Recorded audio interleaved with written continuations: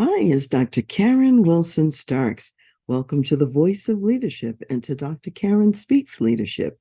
And today we're talking about 5 essential team development conversations for the executive level. And the reason that these conversations are important is because you are developing your executive team to think and to operate in an enterprise wide way to get beyond the silos. So, any team that's got to get beyond the silos, they want to engage the power of what I'll call synergy and the collective. These 5 conversations are important. The first one is really about affirming vision and direction. And that's because the vision and direction determine what strategies you're going to use, what actions you're going to take. They're actually a guidepost. Vision and direction is a guidepost about where you are headed, your ultimate objective, what it is that you want to accomplish. And the team understands what that is and agrees to what that ultimate vision and objective is all about. This is important because, again, the methods that you're going to use will shift depending on your ultimate goal or objective. In my book, Lead Yourself First, I talk about envisioning the future. And on a personal note, when I decided to become a psychologist, it set into motion a number of lenses, a number of actions and objectives that were going to be necessary, all the way from elementary school through graduate school. Now, if I had set a different vision, let's say to become a Hollywood actress, that would be a different pathway. That would be different actions. So it's important to know where you're going, what that vision is, and what that objective is. And you want to be agreed about it on your executive team. Because if you're not agreed, there's not alignment. You won't have coordinated movement. So you will stay stuck and have a hard time moving forward. And I think about the biblical verse in Proverbs 29:18, which talks about, without vision, the people perish. So vision is important. You want to have that at the outset. You want to have that affirmed. Otherwise, people will be operating at cross purposes in your organization. The second conversation that's important that you want to have on an ongoing and regular basis with your executive team is to acknowledge and celebrate the good news in the business, celebrate the successes. That means you want to highlight what's going right with this picture. That encourages your team members because not all will know what's been going on elsewhere in the business. So when you get together and you can begin to share what's been happening elsewhere in the business, that inspires other people. So let's say, as an organization, you wanted to elevate your customer service to a world-class level, and you created or drew a picture of what that looks like, how you will show up in the marketplace with your customers and internally with your internal customers with this elevated customer service. So when you have that picture in mind, you want people to start experimenting with it and start practicing it wherever they go. So when you come together, what's been the result of those practice sessions? What have you accomplished? And what is there for all of us to celebrate? And these stories of success, they sustain momentum. They show the progress in the organization. They also tune up what I'll call the powers of observation to see what's already been happening in the company. It also sparks creativity. When others are sharing what's going right and you're celebrating together, it's going to seed some similar success activities elsewhere in the company. And that's what you want. You want to have that seeding. And as you share, there's a cross pollination effect. So if somebody in sales is having success, something to celebrate about those areas that you've already identified as important, somebody else in the human resources area might figure out how to do something similar where they are. So celebrating good news and success is crucial. The third conversation that's important is one that starts with the question of what have we been learning? And this is huge. What have you been learning? And organizations are learning every day. They just don't always stop, reflect on what they've been learning. And when you don't reflect on it, you can't benefit from it. So you want to stop every so often and say, what have we been learning? And identify what that is. Now, that learning is going to come from a lot of different places. What have you been learning from clients? What have you been learning from the industry, from the news, from the regulators, from people inside the company who are having insights about the work that you're doing? What are you learning about the needs out there, the expectations, and the regulations and how they affect your industry and your business? What are you learning from other companies? They may be experimenting and engaging in some activities that you could learn from as well. And behind all of this, it's what's working and why is it working? So what I would say that is that applied learning accelerates forward movement. And you have to stop to take a look at it and to see it. So earlier when I talked about training your powers of observation, as you're observing, you want to see, how can I connect the dots for a learning lesson here? And ultimately, the question is, how can we use this information that we're gathering to accelerate what we're doing and or to do it better? So those are some of the important questions that come out of that. The fourth conversation that's important is the one about problem solving and finding solutions. So you want to figure out what's going on now in the business that we need to address, we need to fix it, we need to improve it, and what plans can you create? What action steps can you take? What accountabilities can you agree to? Can you assign? And how will you follow up to address these concerns to see if the solutions worked, to see if what you targeted actually was effective? So when you're finding solutions, you're using collective wisdom and applying it to the issue at hand. Now, I'll say this again, this is solution focused, and that's very important rather than blame oriented. I find that in organizations, when they're focused so heavily on blame, it really tamps down the creativity in the organization. People are so investing their energy in protecting themselves from incoming artillery, protecting themselves from being blamed, that they don't have the bandwidth for creativity to really think of something new or different or come up with a solution. So you don't want to hamstring your organization by focusing so much on the problem and wanting to point a finger that no one's creativity is applied to the issue, or not enough someone's, or you don't get the best answers. When instead you put the issue in the middle of the table and there's no finger pointing at any person, and you say, this is the issue in the table that we want to resolve.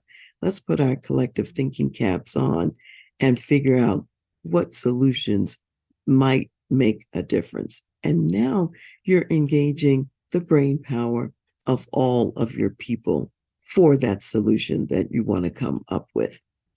The fifth conversation that's important is what I'll call new possibilities and dreams. So as you're going along, your mind is now open for new thoughts along the way. You've got a sense of accomplishment from what you've been doing, and that shows you what you can do that maybe you haven't even tried yet, that you haven't started. And you can wonder to yourselves, I wonder if we could do so and so. Or I wonder if we could put X, Y, or Z in our sights. And you want to be able to dream it up, to think about it, even if you can't yet see how to do it. And in fact, most of the time, if it's a big enough objective, you won't always see how. So the real issue is identifying the what and committing to the what, and remembering that the how comes along the way. So I remember that when I went to graduate school, I had no idea how I'd fund each year of my education. Yet each year, new possibilities emerged, and I was able, year by year, to complete my graduate school education and not have any debt at the end of that time. And what you should know is that when I started graduate school, I had $30 in the bank. So that's amazing. I had no idea how I was going to do this, but every year presented important opportunities, and I was able to walk through those. Now, if I had to know the how in advance, I would never have taken the next step because it looked impossible. And I started to even give up at the beginning because of how impossible it looked. And thankfully, there was someone who encouraged me and said, it will work out. Just take the next step. So I can say assuredly that when you take the next step, you will have a line of sight to see the following step. When I think about God's guidance, it's often one step at a time. So we step where his light illuminates the path in front of us, and then each step that you take after that gets you closer and closer to the objective. So if you keep stepping towards the goal, you will ultimately reach it. Now, if you are paralyzed, then you don't keep moving, you don't keep stepping, you don't progress towards the goal, and those new possibilities, you don't see them. They don't emerge because you're too focused on not knowing rather than allowing yourself to know some things as you go along. And I'm not suggesting that there's nothing you can know in advance. I am saying that you may not know all that you want to know. What you need to know is what you want to do and then commit to that. And what I can tell you from years of experience, both at the personal level and also working with clients, is the how does come along the way. Now, these facilitated dialogues that you will have with your executive team members, they are very important, these conversations, because it will help you collectively to decide what is important and what you will pursue.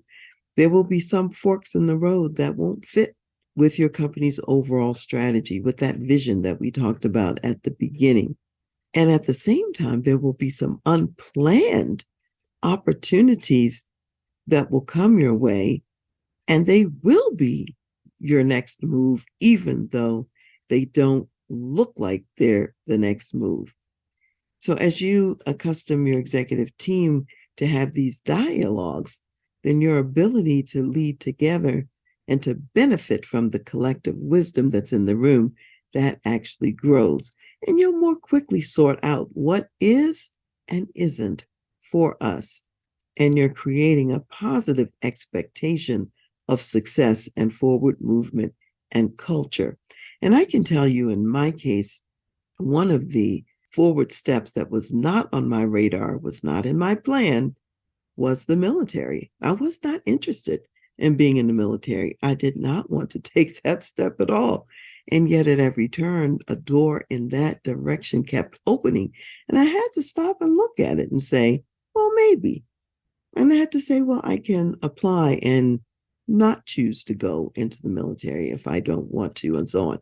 And now I can see how that step was beneficial to even opportunities that I have today because of having the military lens and the military experience, which is desired in some settings.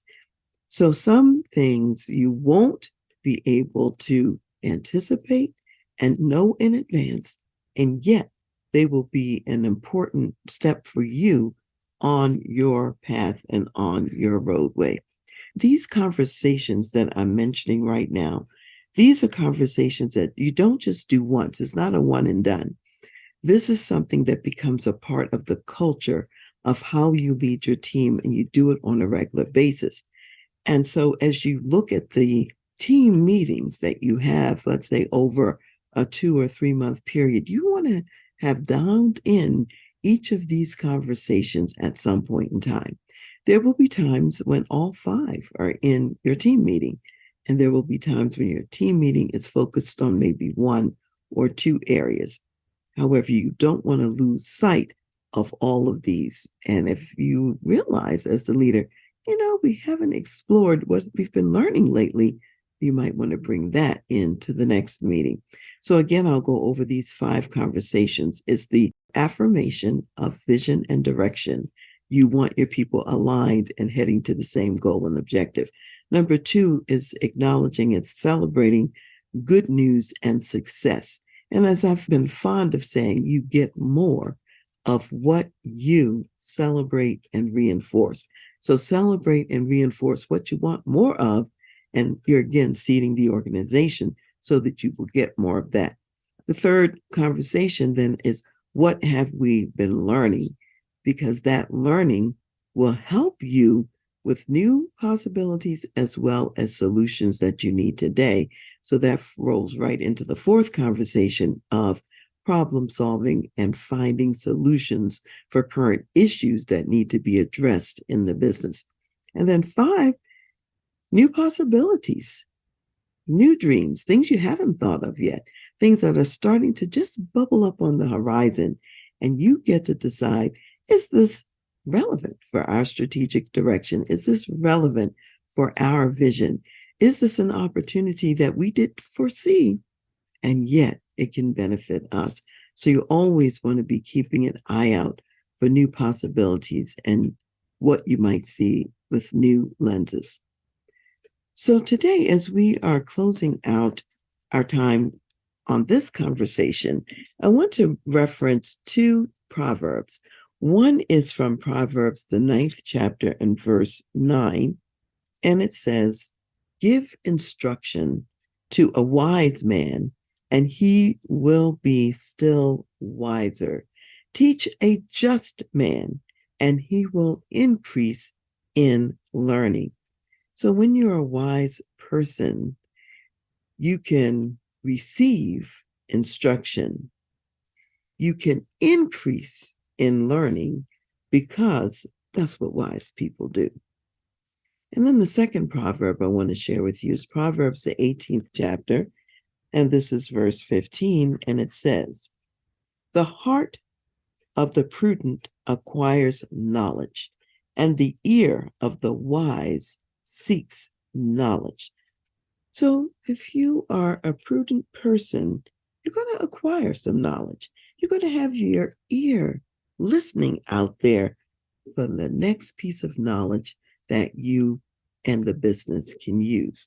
So I would say that knowledge properly applied is what we would call wisdom. So it's not just about getting fat on knowledge, but it's about gathering knowledge that you can then apply in a way that benefits the company, benefits the business, and that's wisdom when you do that.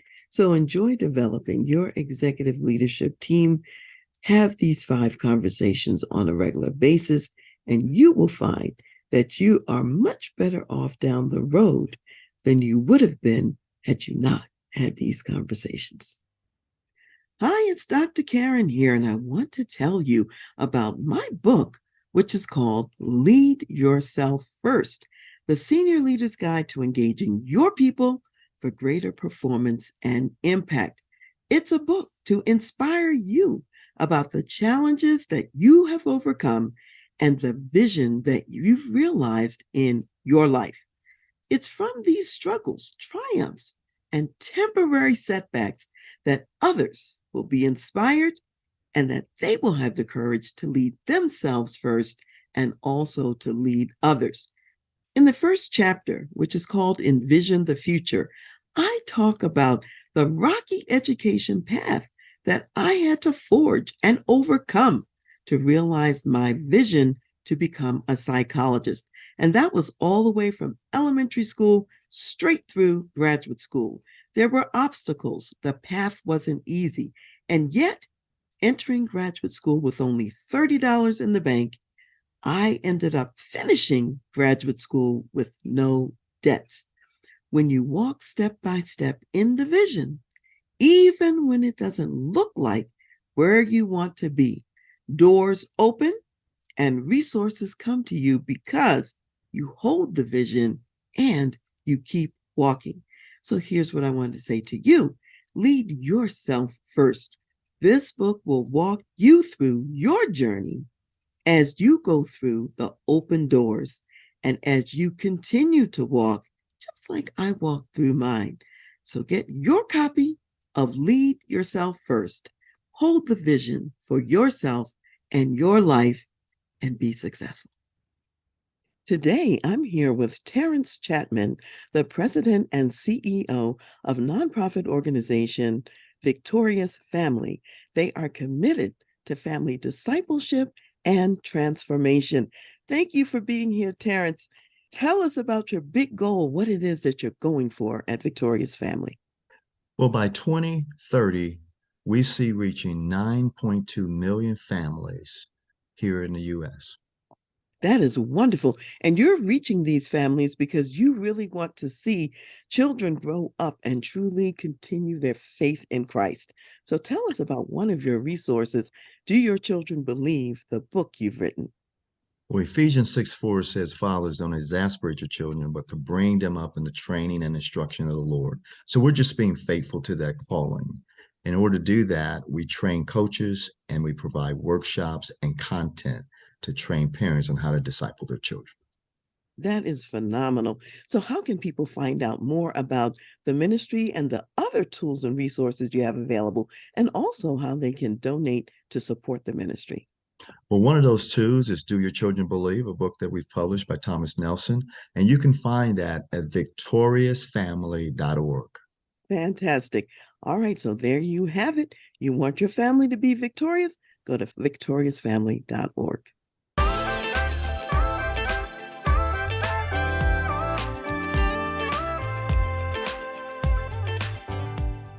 You've been listening to The Voice of Leadership with me, Dr. Karen Wilson Starks.